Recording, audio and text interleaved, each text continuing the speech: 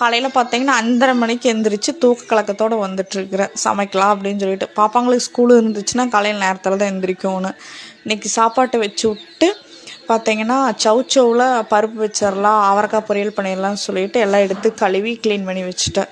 அவரைக்காய் பொரியல், சாப்பாடு, அதுக்கப்புறம் பருப்பு பார்த்திங்கன்னா சவுச்சவ் பருப்பு அப்படியே கூட்டு மாதிரி வச்சுருந்தேன்.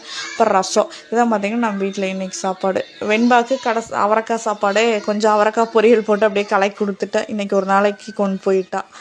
அப்புறம் மத்தியானம் சட்னிக்கு புதினா சட்னி அரைக்கலாம் அப்படின்னு சொல்லிட்டு புதினா பாதி மல்லி பாதி போட்டு சட்னி அரைக்கலாம் அப்படின்னு சொல்லிட்டு பார்த்தீங்கன்னா நம்ம தொட்டி தண்ணி கீழே உலகிற இடத்துல பார்த்திங்கன்னா புதினா தலை ஃப்ரெஷ்ஷாக இருந்துச்சு. சரி அப்பப்போ பொரிச்சிட்டு அப்படியே பக்கத்தில் கருவேப்பிலை தலை இருந்துச்சு, அதையும் பொரிச்சிட்டு பார்த்தீங்கன்னா 5:30 மணிக்கு வெயில் மண்டை பொழந்துட்டு அடிக்குது. செம்பருத்தி பூவும் 2-3 இருந்துச்சு, அதையும் முடிங்கிட்டு வந்தாச்சு. வெயில் பார்த்தீங்கன்னா 5:30 மணிக்கு எப்படி 5:30 மணிக்கு அடிக்க வேண்டிய வெயிலாக இது அப்படிங்கிற மாதிரி இருக்குது.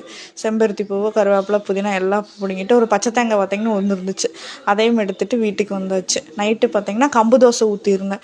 கம்பு மாவு பார்த்திங்கன்னா ஆட்டி வச்சுருந்தேன். அது லைட்டாக புளிக்கல, அதனால் கொஞ்சம் ஒயிட்டாக தெரியுது.